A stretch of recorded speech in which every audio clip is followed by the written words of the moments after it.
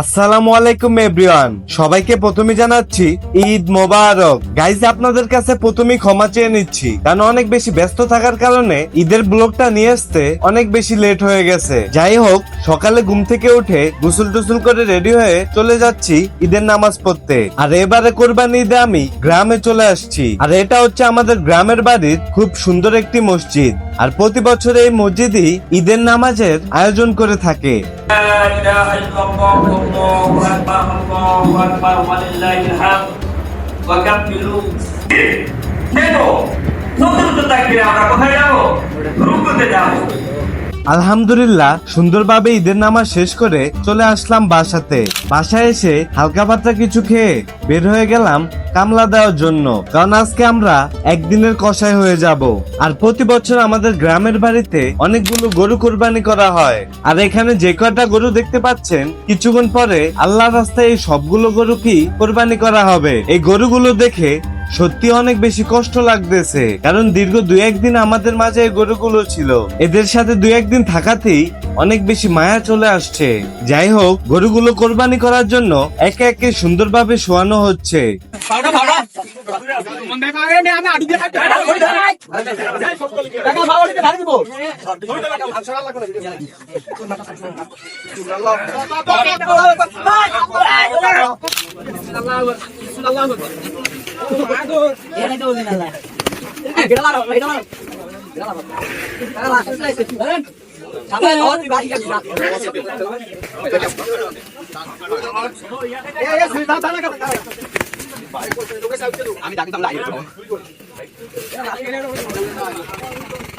কি গাড়ি engine line করে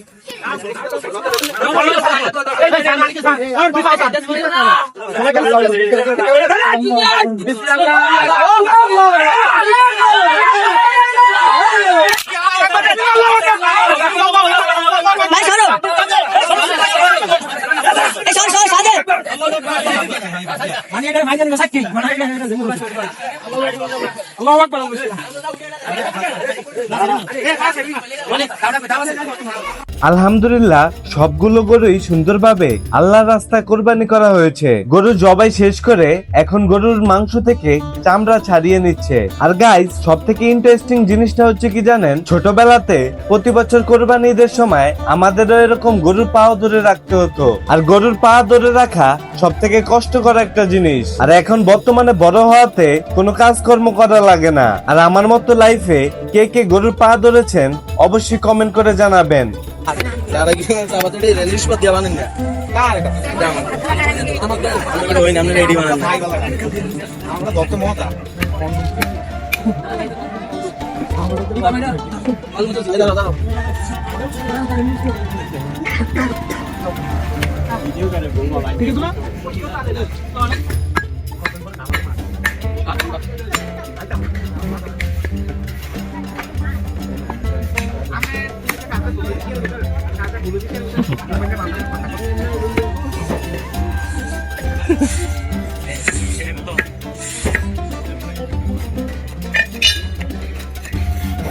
এদিকে আমরা বসে বসে মাংস কাটতেছি। আর সফট সফট মাংসগুলো কাটতে বেশ মজাই লাগে আমার কাছে।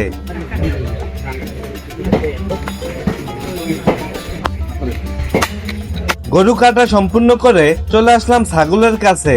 আর এই ছাগলটি পাঠিয়েছিল আমার চাচাতো ভাই শ্বশুর বাড়ি থেকে।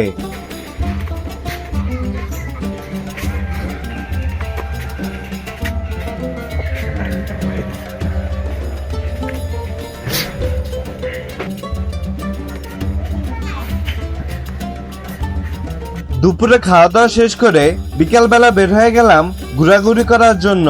আর এই ঈদের দিনের ওয়েদারটা ছিল বেশ ভালো। আমার লাইফের মনে হয় এই ফার্স্ট টাইম আমি দেখেছি যে ঈদের সময় বৃষ্টি হয়নি। আমার জন্মের পর থেকে আমি দেখে এসেছি প্রতি বছর ঈদের সময়ই যেন বৃষ্টি হয়। প্রথমেই চলে এসেছি ভোলার খুবই দৃষ্টিনন্দন একটি ভবন, ভোলা পৌরসভাতে। আর রাতের বেলা এই পৌরসভা ভবনটি আরো বেশি দৃষ্টিনন্দন লাগে।